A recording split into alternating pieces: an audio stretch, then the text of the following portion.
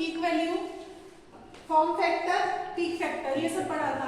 अब इसमें बेस्ड हम क्वेश्चन करेंगे, ठीक है। क्वेश्चन से हमें कंसेप्ट ज्यादा अच्छे से समझ में आता है कि क्या पढ़ा था। तो मैंने ये क्वेश्चन लिया है, हमारे पास एक वोल्टेज दे रखी है Vt = VA 4 sin 10 pi t, ठीक है। इसमें t क्या है, t मैंने ब्रैकेट में t लिखा है, वो लिखा है मैंने एक पर्टिकुलर टाइम पे ये मेरा वोल्टेज दे रखा है।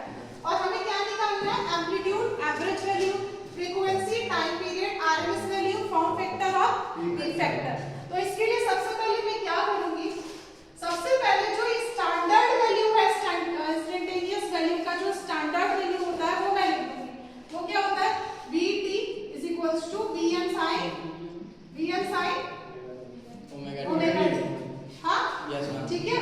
अब मैं क्या करूंगी, इसको और इसको कंपेयर करूंगी, समझ रहे हो, कंपेयर करूंगी। तो जब मैंने कंपेयर किया तो मैंने देखा Vm क्या है मेरा, Vm क्या है,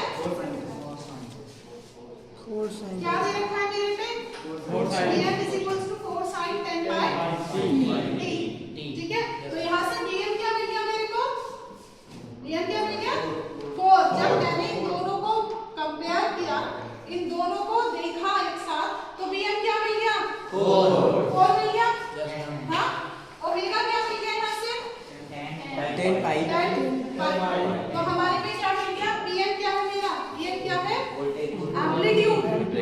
एम्पलीट्यूड, मैक्सिमम वैल्यू आयाम, ठीक है। तो यहाँ पे क्या मिल गया, Vm मेरा क्या मिल गया एम्पलीट्यूड, यहाँ पे एम्पलीट्यूड मेरा हो गया 4, Vm = 4। एंगुलर फ्रीक्वेंसी क्या मिल गई मुझे, एंगुलर फ्रीक्वेंसी क्या मिल गई 10 pi, ओमेगा = 10 pi। अब मैं लीनियर फ्रीक्वेंसी निकाल सकती हूँ इससे, लीनियर फ्रीक्वेंसी, हाँ। ओमेगा का फॉर्मूला क्या होता है, ओमेगा = 2 pi, यही होता है ना। अब इन दोनों को मैं कंपेयर कर सकती हूँ, दोनों ही फ्रीक्वेंसी है ना, ये फॉर्मूला है और ये हमें जो इस इक्वेशन से मिला, जो हमें क्वेश्चन दे रखा है वो जो क्वेश्चन से मिला। अब जब मैंने दोनों को कंपेयर किया, 10 pi = 2 pi f लिख सकती हूँ, हाँ। पाई से पाई कैंसिल, हाँ। तो यहाँ से फ्रीक्वेंसी क्या आ गई मेरे पास 10/2, 5। और यूनिट क्या होती है इसकी, हर्ट्ज।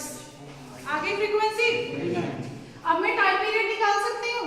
टाइम पीरियड क्या होता है, टाइम पीरियड क्या होता है 1/1/फ्रीक्वेंसी, 1/फ्रीक्वेंसी। आवृत काल क्या होता है 1/आवृत्ति, ठीक है। आवृत काल क्या होता है 1/आवृत्ति, ठीक है। तो यहाँ पे मैं टाइम पीरियड निकाल सकती हूँ 1/फ्रीक्वेंसी, 1/5। ये आ गया मेरे पे टाइम पीरियड, यूनिट सेकंड, ठीक है। इसका यूनिट था एम्पलीट्यूड का वोल्ट। उसके बाद फिर क्या निकालना है मेरे को, एवरेज वैल्यू,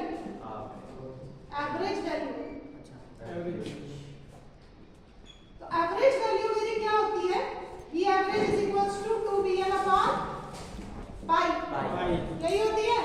Vm मेरे पास है, उसका वैल्यू रख दूं 2 × 4/pi। तो एवरेज वैल्यू क्या आ गई मेरे पास 8/pi, ठीक है। और ये क्या है ये वोल्टेज, यूनिट क्या लिख दी मैंने, वोल्ट, V, या फिर मैं पूरा कंप्लीट लिख दूं इसको वोल्ट। नेक्स्ट क्या है मेरा आरएमएस वैल्यू,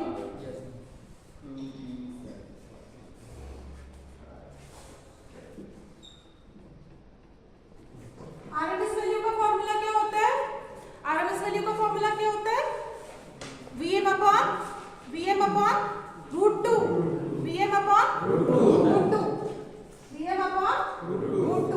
Vm क्या है मेरा 4/√2, यूनिट क्या वोल्ट। आ गई आरएमएस वैल्यू आ गई। उसके बाद क्या है मेरा फॉर्म फैक्टर,